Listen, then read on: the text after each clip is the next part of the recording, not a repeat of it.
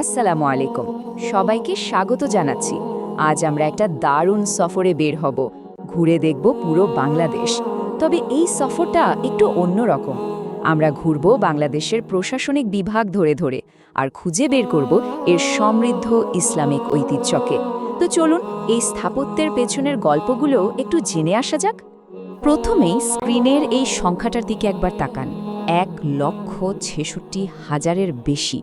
ভাবা যায় এটা হলো আমাদের বাংলাদেশে মসজিদের একটা আনুমানিক সংখ্যা।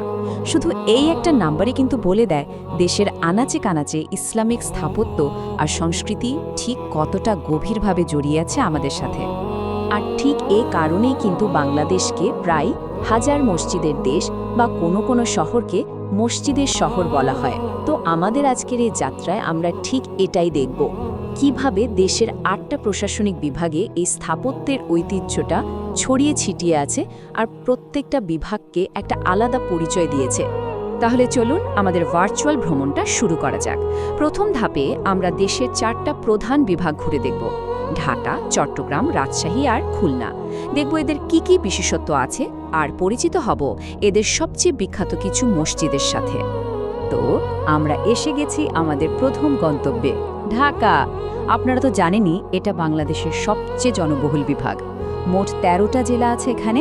আর এই বিভাগের একেবারে কেন্দ্রবিন্দুতে কি আছে? আমাদের জাতীয় মসজিদ বাইতুল মুকাররম, যেটা কিন্তু এর আধুনিক স্থাপত্যের জন্য খুব বিখ্যাত। আবার ঠিক এর পাশেই আছে মোগল আমলের এক দারুণ নিদর্শন, ঐতিহাসিক 7 গম্বুজ মসজিদ। আচ্ছা, ঢাকা তো দেখা হলো, এবার চলুন একটু পূর্ব দিকে যাই। আমাদের এবারের গন্তব্য চট্টগ্রাম বিভাগ। মোট 11টা জেলা নিয়ে এই বিভাগ। আর এর সৌন্দর্য তো অসাধারণ। একদিকে সাগর আর একদিকে সবুজ পাহাড়, কি দারুণ একটা মেলবন্ধন। এখানকার দুটো বিখ্যাত মসজিদের কথা না বললেই নয়।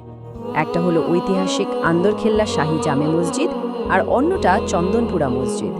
বিশেষ করে চন্দনপুরা মসজিদের রঙিন মিনারগুলো কিন্তু পর্যটকদের চোখ ধাঁধিয়ে দেয়। এবার আমরা চলে এসেছি রাজশাহী বিভাগে।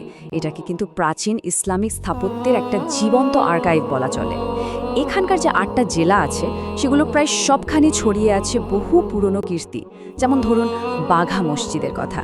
এর যে অসাধারণ পোড়ামাটির কারুকাজ, মানে টেরাকোটার কাজ, সেটার জন্য এটা বিশ্বজুড়ে বিখ্যাত। আবার কুসুম্বা মসজিদের দিকে তাকালে মনে পড়ে যায় বাংলার সেই স্বাধীন সুলতানদের গৌরবময় শাসনকালের কথা। আমাদের সফরের প্রথম পর্বটা শেষ হচ্ছে খুলনা বিভাগে এসে। 10টা জেলা নিয়ে তৈরি এই অঞ্চলটা জানেন সুলতানি স্থাপত্যের জন্য এক কথায় একটা জীবন্ত জাদুঘর। আর এখানেই আছে সেই বিখ্যাত 7 গম্বুজ মসজিদ, যেটা কিনা ইউনেস্কো ওয়ার্ল্ড হেরিটেজ সাইট। এর যে স্থাপত্য শৈলী তা আজও মানুষকে অবাক করে দেয়। শুধু তাই না, পাশেই কিন্তু 9 গম্বুজ মসজিদের মতো আরও অনেক ঐতিহাসিক স্থাপনাও আছে।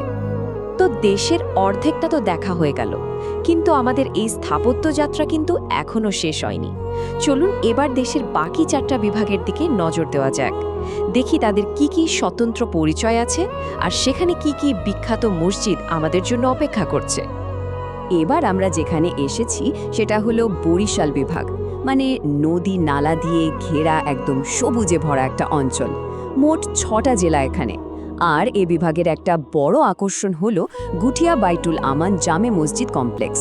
এটা কিন্তু আধুনিক স্থাপত্যের একটা দারুণ নিদর্শন। আর বলা বাহুল্য এটা এই অঞ্চলের মানুষের জন্য বিশাল এক গর্বের জায়গা। আমাদের পরের স্টপ আধ্যাত্মিকতার শহর সিলেট। দেখুন, জেলা মাত্র 4টা হতে পারে, কিন্তু এই বিভাগটা সুফি সংস্কৃতি আর ঐতিহ্যের যে কত বড় একটা কেন্দ্র তা বলে শেষ করা যাবে না। এখানকার শাহী ঈদগাহের কথাই ধরুন, এটা দেশের সবচেয়ে পুরনো ঈদগাহগুলোর একটা, যেটা আজও সিলেটের সেই ঐতিহাসিক পরিচয়টা ধরে রেখেছে।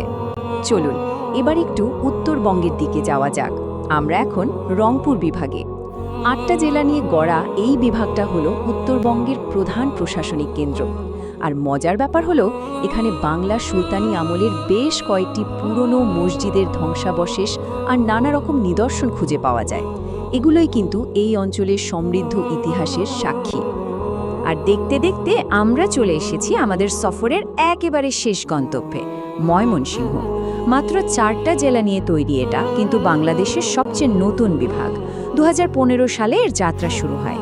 এখানকার উল্লেখযোগ্য মসজিদগুলোর মধ্যে শম্ভুগঞ্জ মসজিদের নামটা বলতেই হয়, যেটা স্থানীয় স্থাপত্য রীতির খুব সুন্দর একটা উদাহরণ। তো 8টা বিভাগ তো ঘুরে দেখা হলো, এবার চলুন তো পুরো ছবিটা একবার এক নজরে দেখে নিই। মানে দেশের স্থাপত্যের এই বিশাল ক্যানভাসটা আসলে সংক্ষেপে দেখতে কেমন। এই যে দেখুন, এখানে প্রত্যেকটা বিভাগের জেলার সংখ্যা আর সেখানে কি পরিমাণ মসজিদ আছে তার একটা ধারণা দেওয়া হয়েছে। যেমন ঢাকা বা চট্টগ্রামের মসজিদের সংখ্যা নিয়ে মোটামুটি একটা ধারণা পাওয়া যায়, কিন্তু রাজশাহী, খুলনার মতো ঐতিহাসিক জায়গাগুলোর আনাচে কানাচে যে আরও কত হাজার মসজিদ ছড়িয়ে আছে তা তো গুণে শেষ করা মুশকিল, তাই না? এটা সহজেই বোঝা যায়। তাহলে শেষ পর্যন্ত পুরো ছবিটা কি দাঁড়ালো? আমাদের বাংলাদেশের 8টা বিভাগ আর 64টা জেলা মিলিয়ে আছে আনুমানিক 1,66,000-এরও বেশি মসজিদ। আর এই সংখ্যাটা কিন্তু শুধু একটা নাম্বার না, তাই না? এটা আসলে আমাদের দেশের বিশ্বাস, আমাদের সংস্কৃতি আর আমাদের ইতিহাসের একটা বিশাল প্রতিচ্ছবি। যাওয়ার আগে একটা প্রশ্ন সবার জন্য রেখে যেতে চাই। আচ্ছা, একটু ভেবে দেখুন তো, এই যে হাজার হাজার মসজিদ, এই যে বিশাল এক স্থাপত্যের ঐতিহ্য, এটা যুগ যুগ ধরে কিভাবে আমাদের বাংলাদেশের সামাজিক আর সাংস্কৃতিক পরিচয়টাকে শুধু প্রভাবিতই করেনি, বরং আজকের এই যে স্বতন্ত্র একটা রূপ সেটা দিয়েছে। ব্যাপারটা কিন্তু ভাবার মতো।